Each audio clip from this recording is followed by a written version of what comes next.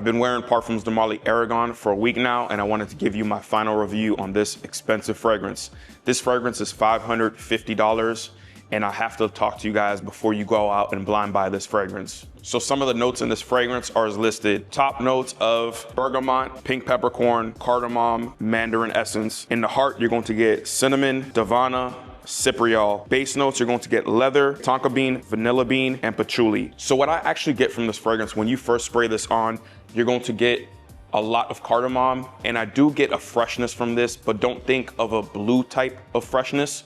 You're going to get a fresh gourmand with this fragrance. That's what you're going to get with this. So you're going to get a lot of that cardamom. I can smell it in the air as I sprayed it right now, and it does remind me a lot of La Nuit de l'Homme. So you're going to get a lot of cardamom. You do get that bergamot freshness, and also it's not really citrus, but there's a freshness that comes in that isn't fresh and clean. It's more fresh and sweet. So I don't really get any of the mid. I don't get cinnamon, cypriol, davana. What I do get though is I get a fragrance that smells like La Nuit de l'Homme, but then it mixes with, it's almost a honey type of smell. That's what it reminds me of. It's almost La Nuit de l'Homme mixed with honey. If La Nuit de l'Homme, if YSL made La Nuit de l'Homme Extrait de Parfum, I think it would probably smell just like this. So let's talk about performance. Performance on this is pretty good. You're not going to get a fragrance that's beast mode.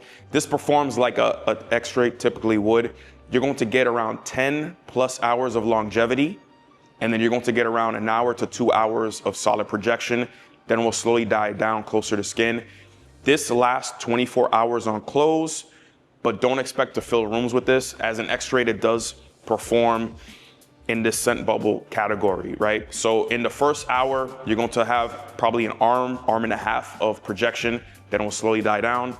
I think projection performance overall is good. It's solid. It isn't beast mode, but it is great. It is long lasting. Compliment factor, I think compliment factor on this is going to be very high. This is a very likable scent. This reminds me, like I said, of La Nuit de l'Homme, highly complimented scent. The issue with La Nuit de l'Homme in today's day and age is that it is very weak. It doesn't perform anymore. So if you're looking for an alternative, this reminds me a lot of it. You'll get a lot of compliments. This would be a great office scent. This would be a great date night scent as well because it performs, it smells classy, and it doesn't smell very unique, but it doesn't smell like everything that's out there. Now we have to touch on the price. This is $550. So is this worth the price? I'm going to be honest and say no. This is not worth $550. I would suggest you guys wait until this comes on discounters. I wouldn't want to spend more than $300 on this, to be honest. I've been wearing this, I've been spending time with this. $550 is eye-watering money, and the DNA isn't jaw-dropping, it isn't mind-blowing. It isn't a fragrance that I smelled and I was shocked. It just smells good. It reminded me of La Nuit de l'Homme. So I think for $550, if you're gonna spend $550, you want something that is just mind-blowing, mind-boggling, and this wasn't that for me. So guys, wait for discounters before you go out and get this. So if I were to give you a final rating on this fragrance, I'm probably going to give this a 7 out of 10. I think it's an amazing scent.